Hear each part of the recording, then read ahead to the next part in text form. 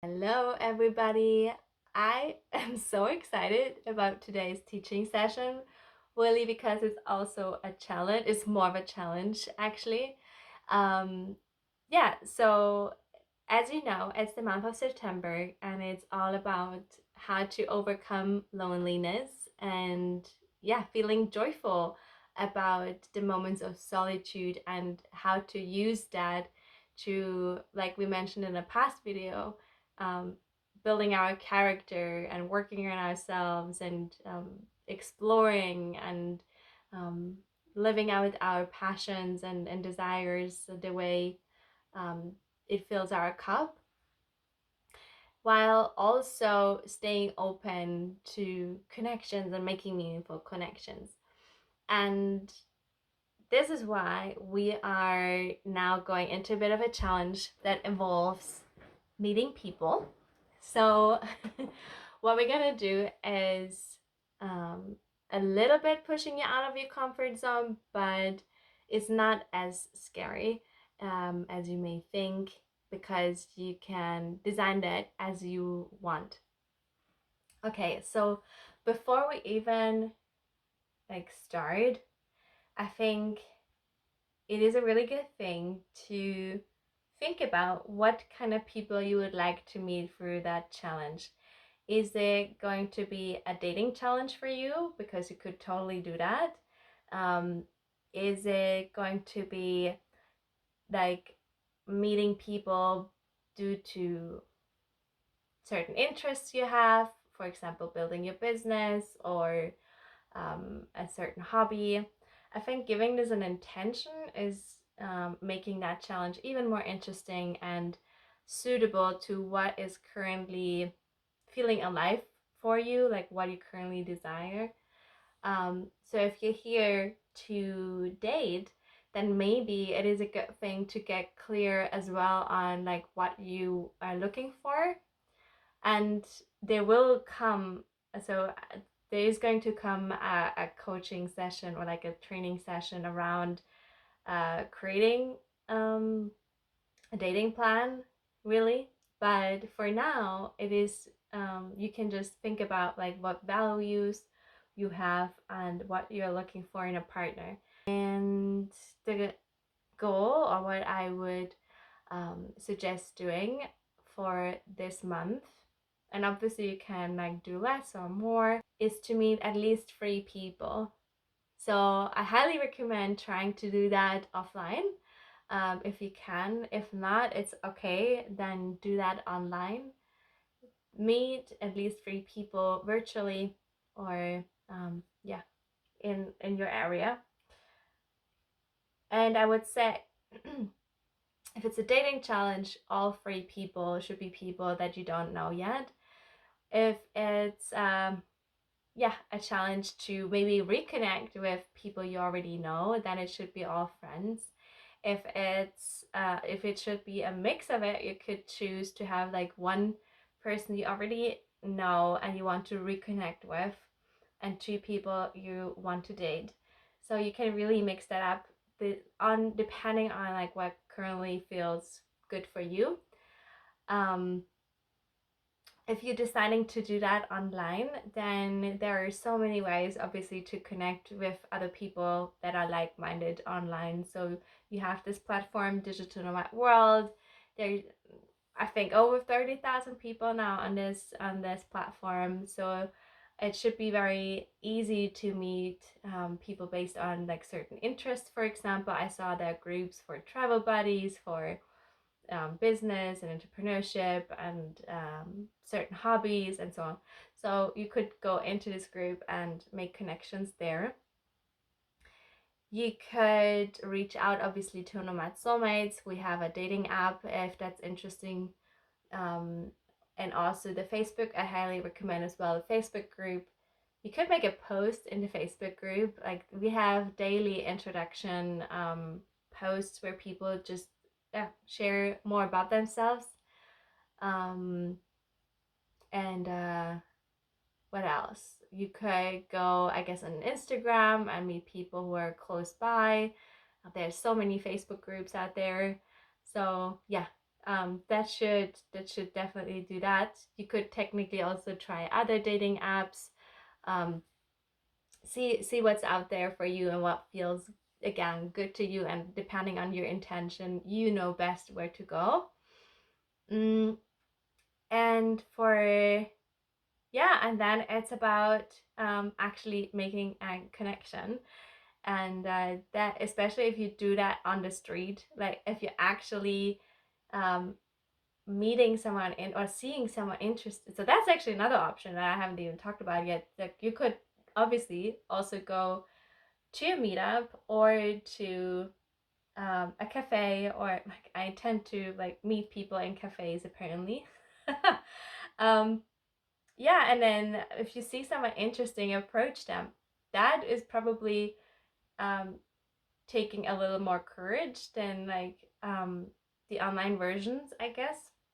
But it's also very nice and very meaningful, and you could right there and then have a conversation and yeah, keep it at that, or even initiate another time with the person to catch up. Like you never know. um and just a couple of tips, I think, how to approach someone. um I would always say that compliments never get old. Like making a good compliment is, and it doesn't have to be complicated. It's especially when you're meeting someone for the first time or seeing someone for the first time, it is a very simple thing yet powerful thing to do. Especially for like women, giving compliments to men is a really beautiful thing because they oftentimes don't hear it and they're seeking them. And like obviously there's a fear. So this is interesting. Sometimes there is a fear that it would look like you're hitting on someone when really, and then we overthink things, like we don't want to look too desperate or whatever. So I think keeping that subtle can help to like ease the anxiety there. But yeah, I think it is a beautiful thing to like, for example, acknowledge someone's appearance and say, hey, I really love that watch, where did you get that from? Or I really love um the way you dress, it looks very intentional. um whatever catches your eye, right? Go with that. It works both ways. Women also love that when they get complimented. um and yeah, so you can always start with that.